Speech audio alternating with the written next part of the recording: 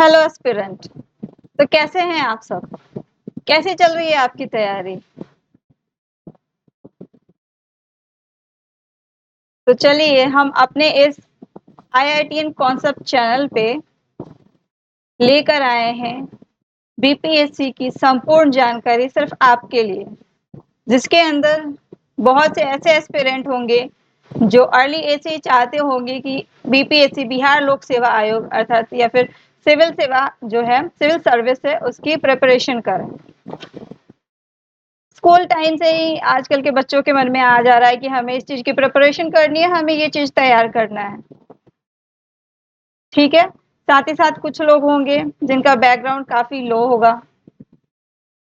वो बैकग्राउंड लो होने की वजह से उनको इसके बारे में जानकारी नहीं होगी कि बीपीएससी की तैयारी कैसे करें, कब शुरू करें, कहाँ से करें, सिलेबस क्या है, साथ ही साथ इसमें हमें हेल्प कैसे मिल सकती है, इसके अंदर इंटरनेट हमारी सहायता कैसे करेगा, साथ ही साथ यूट्यूब पे जो क्लासेस हैं वो किसकी क्लासेस बेस्ट है, कौन सी क्लास देखें, कौन से सब्जेक्ट्स पे ज्यादा ध्यान दें, कौन से सब्जेक्ट छोड़ें। तो इन सभी सवालों का जवाब लेके हम इस प्लेटफॉर्म पे आपके लिए प्रस्तुत हुए हैं। तो चलिए इस क्लास में सबसे पहले हम आपको बिहार लोक सेवा आयोग जो है इसके बारे में जानकारी देंगे। ये बिहार लोक सेवा आयोग आखिर है क्या? सबसे पहले इसके बारे में थोड़ा जानते हैं हम कि लोक सेवा आयोग आया कैसे, बना कैसे। पहले इसकी पृष्ठभूमि जानते हैं, उसके बाद हम आपके बाकी जो क्वेश्चन है उसके बारे में जानकारी देंगे। तो चलिए सबसे पहले हम बिहार लोक सेवा आयोग के बारे में जानते हैं। सबसे पहले क्या हुआ था कि सर्वप्रथम 1935 का जो अधिनियम था, कौन सा? 1935 का भारत शासन अधिनियम, भारत शासन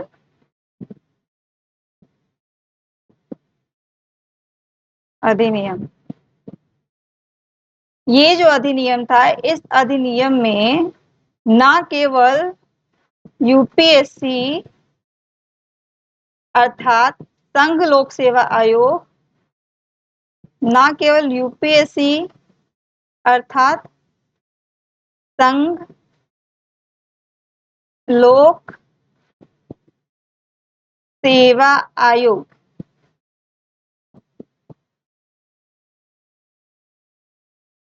न केवल संघ लोक सेवा आयोग की स्थापना की गई, बल्कि इसके साथ साथ क्या हुआ, प्रांतीय सेवा आयोग और 2 या अधिक राज्यों के लिए संयुक्त सेवा आयोग की स्थापना की गई थी। सबसे पहले जो लोक सेवा आयोग है उसकी बात कौन से अधिनियम में की गई? की बात तो पहले की गई, लेकिन इसकी स्थापना 1935 के अधिनियम द्वारा की गई। इसके अंदर यूपीएससी का गठन किया गया, यूपीएससी के साथ साथ स्टेट पीसीएस का पीएससी का गठन किया गया, इसके साथ साथ जॉइंट पीएससी का गठन किया गया, है ना। संयुक्त सेवा आयोग या संयुक्त लोक सेवा आयोग, इसकी स्थापना की गई। ठीक है। अब स्टेट पीएससी या राज्य लोक सेवा आयोग जो है, ये इंडिया में जितने राज्य हैं हर राज्य का अपना अपना आयोग होता है। क्या होता है?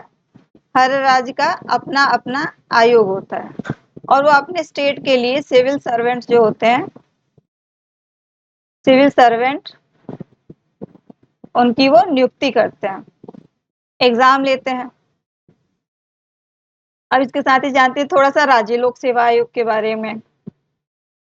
ठीक है।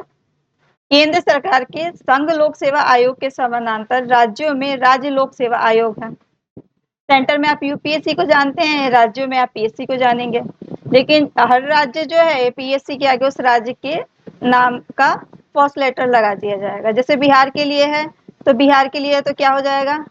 बीपीएससी। राजस्थान के लिए होगा तो आरपीएससी हो जाएगा। ऐसे यूपी के लिए है तो आपने सुना होगा यूपी पीएससी। है ना। तो इस तरीके से यूपी केंद्र में तो यूपीएससी हो गया और राज्यों में राज्य लोक सेवा आयोग हो गया। अब ये कौन से भाग में है संविधान के, तो ये संविधान के 14वें भाग में है। इनके बारे में बताया कहाँ पे गया है, तो संविधान के कौन से भाग में बताया गया है इनके बारे में, संविधान के 14 भाग में। इसके साथ ही साथ आपको ये बता दें कि आर्टिकल आर्टिकल मतलब बोलिए तो अनुच्छेद 315 से 323 में 315 से 323 में ही यूपीएससी साथ ही साथ स्टेट पीएससी के बारे में जानकारी दी गई है। ठीक है, 323 से 315 के बीच में ही यूपीएससी साथ ही साथ लोक सेवा राज्य लोक सेवा आयोग की स्वतंत्रता व शक्तियों के अलावा इसका गठन कैसे किया जाएगा, साथ ही साथ इसके सदस्यों की नियुक्ति कैसे की जाएगी और साथ ही साथ उनकी बर्खास्तगी इत्यादि किस प्रकार से किया जाएगा, इन सब के बारे में उल्लेख किया गया है।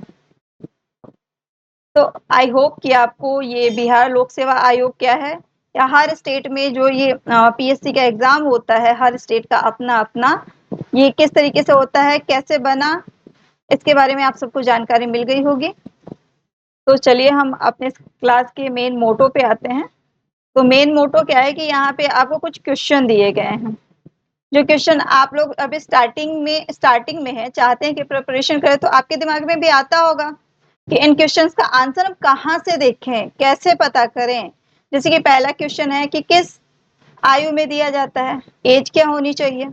ठीक है, जैसे आप राज्य लोक सेवा आयोग दें जिसके अंदर बीपीएससी भी अपना एक है, तो किस एज में इसको दिया जाए। साथ ही साथ क्वालिफिकेशन क्या है, क्वालिफिकेशन क्या है, कितनी पढ़ाई की है आपने, जिसके आधार पे आप योग्यता के आधार पे वो एग्जाम लेता है, आप उसके बारे में एग्जाम दे सकते हैं। साथ ही साथ होगा कि आप एग्जाम इसका कैसे दे सकते हैं, ये भी तो जानना जरूरी है, किस आयु में देंगे, योग्यता क्या है, कैसे दे सकते हैं, फिर कब दिया जाता है इसका एग्जाम, या बीपीएससी एग्जाम लेता कब है। बहुत से लोगों को इसके बारे में भी जानकारी नहीं होती है।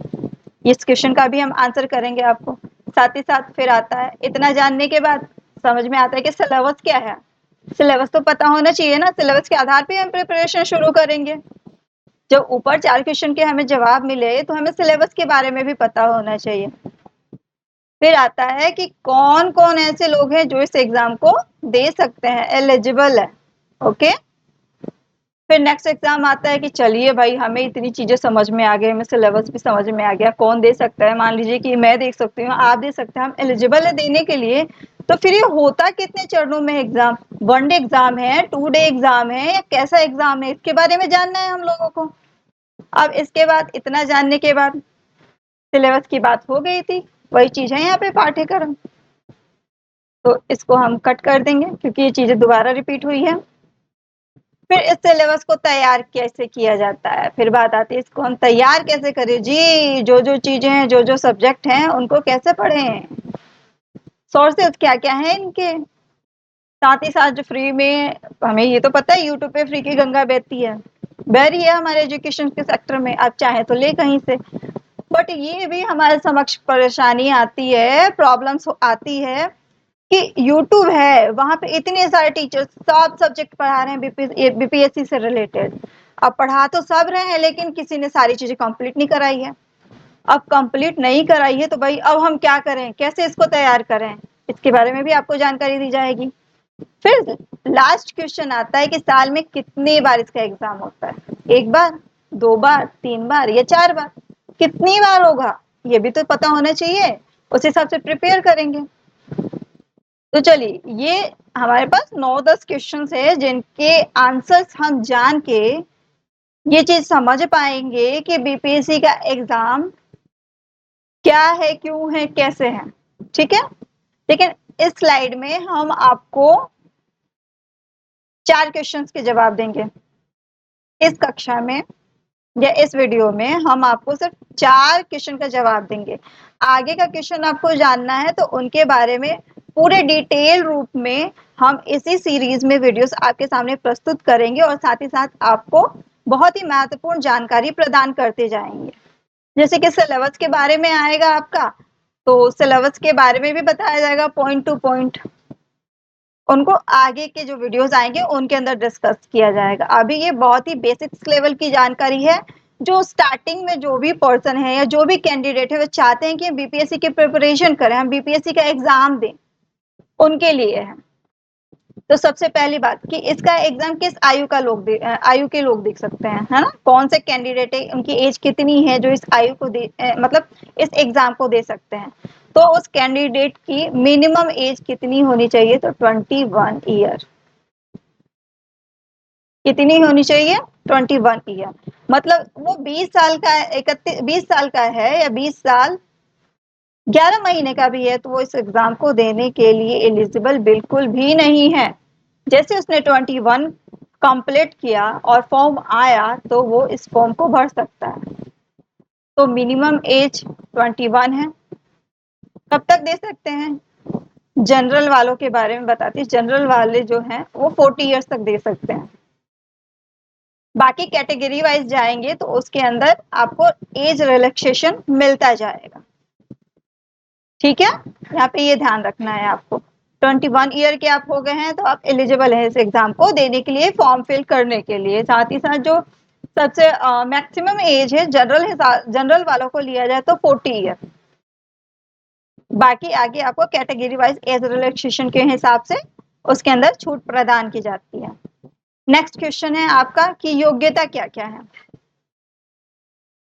योग्यता क्या क्या होनी चाहिए, योग्यता इसके अंदर ये होनी चाहिए कि आपने ग्रेजुएशन किया हो, ग्रेजुएशन, स्नातक, हिंदी में स्नातक कहते हैं। कम से कम एजुकेशन क्वालिफिकेशन जो है आपकी सबसे कम न्यूनतम हो तो स्नातक होनी चाहिए, ध्यान रखिएगा। स्नातक के अंदर आप first division, second division, third division, किसी भी डिवीजन से आप पास हुए, बस पास होना जरूरी है। आप पास हैं तो आप इस एग्जाम में बैठने के लायक हैं, एलिजिबल हैं, आप बैठ सकते हैं। थर्ड है कैसे इसको दिया जा सकता है। इसको देने के लिए क्या करना होगा आपको कि बीपीएससी जो है साल में एक बार वैकेंसी निकालती है, नोटिफिकेशन जारी करती है। क्या जारी करती है, नोटिफिकेशन, नोटिफिकेशन जारी करती है, साथ ही साथ डेट देती है। ठीक है, जिसके अंदर एक फिक्स डेट होता है, उस डेट के अंदर ही आपको फॉर्म फिल करना होता है। कुछ चार्ज भी लेती है आपसे, फॉर्म फिल कर रहे हैं आप तो उसका, उस हिसाब से आप जब फॉर्म फिल कर देंगे तो आप इसका एग्जाम दे सकते हैं। साथ ही साथ कब दिया जाता है, 21 साल जब आपकी एज हो गई हो, स्नातक आपने कर लिया हो, बीपीएससी नोटिफिकेशन निकालेगा, उसके बाद आप इस एग्जाम को दे सकते हैं। सिलेबस क्या क्या है, तो इसके अंदर बिहार आपको पढ़ना है, बिहार की सारी चीजें पढ़नी है, क्योंकि बिहार नाम ही है कि बीपीएससी, बिहार लोक सेवा आयोग, बिहार से रिलेटेड लोक सेवा आयोग है ना। जो भी सिविल सर्वेंट इस एग्जाम के द्वारा चुने जाएंगे, स्टेट सिविल सर्वेंट, उनको बिहार में ही पोस्टिंग मिलेगी। तो बिहार के बारे में आपको जानना है, साथ ही साथ आपको इंडिया के बारे में जानना है, इंडिया को हर पर्सपेक्टिव से आपको पढ़ना है।